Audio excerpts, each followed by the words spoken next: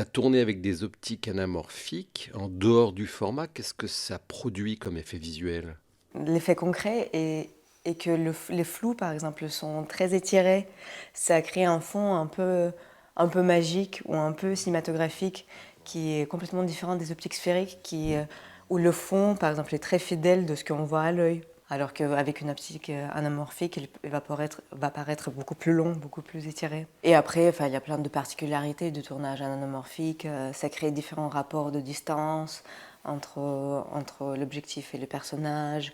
C'est tout un autre travail par rapport aux amorces quand on place deux personnages à la caméra et on est par derrière de l'épaule d'un des deux, comment on le place dans le cadre sans qu'il soit trop déformé.